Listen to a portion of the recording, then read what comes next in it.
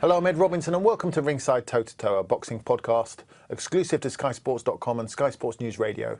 In the opposite corner to me, as always, is promoter and former light middleweight fighter Spencer Fearon. Hello, Spencer. Hello, Edwin. Well, let's start with the funeral of Dean Powell, which took place this week in Greenwich. He really did think of everyone, and we heard a great lot of testaments to him today, and all of them are very, very true. I think Dean will always be remembered for some amazing generosity outside the ring, and I think that's a quality that we can all learn. Irreplaceable loss. He was, besides being a colleague and somebody who works here, he was a great friend, and he'll be sorely missed. The things he did for people like behind the scenes, you know, I haven't got enough time to talk to you about. And his care for even the little four-rounders and the journeymen. You know, he used to thank the journeymen. Well, he couldn't thank him enough, he used to say to me, without this kid or that, whoever one it was, you know, he was always thanking people when he didn't have to, you know, stuff like that. And Well, Spencer, such an incredible turnout of fighters, former fighters, trainers, cutsmen, managers. It was a virtual who's who of British boxing, all paying tribute to Dean Powell and giving a fond farewell. He had an excellent turnout. You know, he had an excellent turnout, and it was a superb farewell. I mean, it was so nice to hear Jim Rosenthal, who led one of the tributes on behalf of Dean's family, and him going up there with that. He's got such a good broadcasting voice, and him going, and he was very soothing to me. And him going up there and saying, like, you know, it was an honour for him to be asked by the family to lead this, you know, and the fact that he addressed, you know, Dean's passing properly. He addressed the fact that Dean had committed suicide, whereas I think most people just wanted to consider Dean's life and talk about that as opposed to, you know, the circumstances of his death. Yeah, I think I think a lot of people skated around that, but the fact that he did address that and saying, like, you know, we will not know, and Dean has left it in a way that we will not know. That's it. But if Dean could have seen the love and adulation that he was held in and the regard that he was in, then, you know, whatever dark place he was in would have brought brightness to it, and he wouldn't have been dark anymore. And that was nice. It was obviously a sad occasion, as you'd expect, but there was also some happiness, wasn't there, with people talking, reminiscing about Dean and fond memories of him? Oh, man. One of the first guys who came up was his good friend from Wolverhampton, and he was saying, like, how Dean wasn't particularly the most athletic, but they'd put Dean, when they're playing football, he'd be in the goal, but Dean will orchestrate everybody's position and everything else and what to do. He was becoming a coach almost even then. Even then, you know what I mean? He was setting the foundations for him to go on and do what he's done in professional boxing. And hearing those kind of stories and stuff, or hearing from, because you don't really realise, you think, like, Dean was so embedded in boxing, but then outside of boxing, you know, he was a hardcore mod. And it's the truth that Dean was a guy that always bought presents for everyone, and that's the truth. And I got, yeah, I mean, there was never a time where my daughter's birthday, my daughter Kiki's birthday, or Christmas or anything, where Dean wouldn't phone me up and say, "Yeah, I've got something for your little girl." And it'd be the same with myself. Danny Williams, he'd always buy a present for his children. He was just that way inclined. He was, you know, I mean, he was a good guy. So it's sad that he's gone the way that he's gone. Such a generous man. The great and good of British boxing were also out of the Boxing Board of Control's annual awards dinner on Friday night in Hammersmith, where the Overseas Boxer of the Year trophy was presented to Danish star Mikkel Kessler. Well, Mikkel, you have the inside track on Carl Froch and George Groves, because you've obviously fought Carl twice and defeated him, and George Groves was sparring with you last time. How do you see that fight going? I see it as a very good fight. I see as, of course, Carl as a slower fight than Groves. Groves is a fast fighter, but he's not the physical type of fighter. So I think we're gonna have a massive fight there.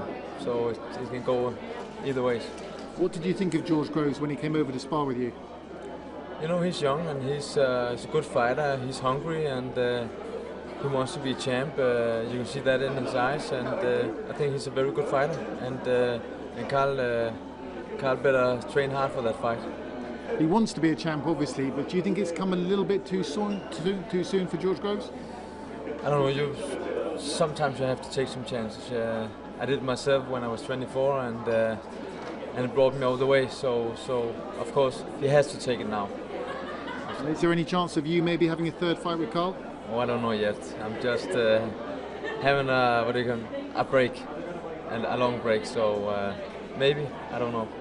I know you haven't made a decision yet, but are you starting to miss it at all? Yes, of course. Always missing the boxing. But not undecided about your future at the moment? Yeah. Well, good to see Mikhail Kessler there, and Carl Froch was also present, and there's a good bond between the two.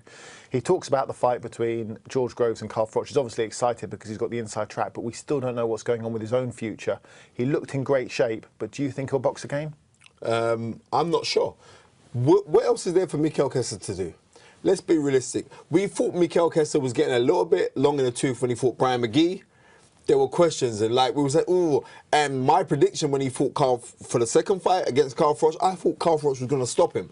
He did show great resilience not to be stopped, because there was times where I thought, you know what, if Carl Froch, like round 8, round 9, if Carl Froch stepped on the gas a little bit more, then he would have stopped him. Mikhail Kessler has been at the mountaintop for years. The thing that I find amazing is that he was given Overseas Fighter of the Year, and Tony Thompson, who, forget about Tony Thompson losing to Pulev recently. Kubrat Pulev, yeah. Right, but Tony Thompson came over and beat twice David Price. I think that, to me, was more merited than him coming over. And even though it was an excellent fight against Carl Froch, but losing against Carl Froch, but then giving Overseas Fighter of the Year, you know what I mean? I got my reservations. I suppose the thing is, Kessler against Froch was a world title fight, whereas David Price, you know, was perhaps a little bit exposed. A little bit exposed, but they were still building up David Price to be the second coming, and that is the truth. David Price would box on the shows that he'd box on, like on Box Nation or whatever. But yet, it was so big a thing that it would be on the news cuttings of terrestrial television. So you have to say, well, then he came and he burst that bubble. To me personally, I think that award should have gone to Tony Thompson and not to Mikhail Kessler, because he came over and lost. But the fight magnitude and how many, it was electrifying. That fight was an incredible fight with Carl Froch. But you have to turn back to 2007 when Mikhail Kessler came over here and fought Joe Kawasaki. Joe Kawasaki beat him more convincingly, and this was a fresher Kessler. And I think that less fight, experienced Kessler. Well, less experienced, but he was still fresh. He was on a rampant run then. I have to look and say, what was Kessler's best win as a professional? Who was it? You'd have to say the Carl Froch fight, right? First time round. Right, yeah. First time round, and he was only coming off of a loss against Andre Ward. So who else could he say he would have gone back to Andre Ward? Andre Ward would still beat Kessler. You know what I mean? I think the only guy to give Andre Ward any problems right now would be a Carl Froch. But I like how he's being very reserved about George Groves versus Carl Froch. For the simple reason, because he sparred with him. And he sparred with one guy, but he's fought one guy. But I think the major thing is, like, he's kind of giving away George's game plan, because he's saying, like, George Groves isn't really a fighter. He's more of a boxer. And being a boxer puncher, he's going to have to hit and run against Carl Froch. It's going to be interesting times, man. It's great. Well, thanks, Spencer. For the full extended podcast of Toe to Toe, tune in to Sky Sports News Radio, or to download it, go to www.skysports.com/podcast. Watch all 6 Sky Sports channels on your mobile and online.